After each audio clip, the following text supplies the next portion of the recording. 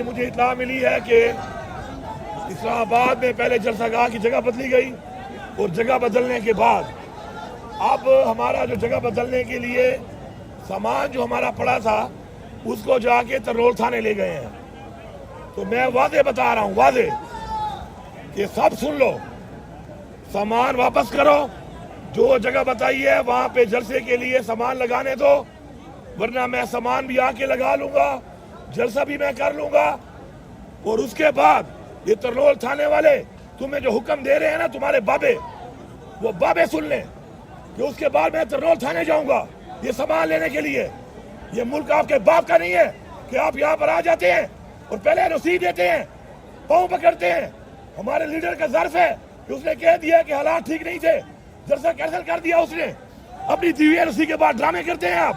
یہ ملک آپ کے باپ کا ہے اور میں آپ کو اب دکھاؤں گا کہ آپ اجازت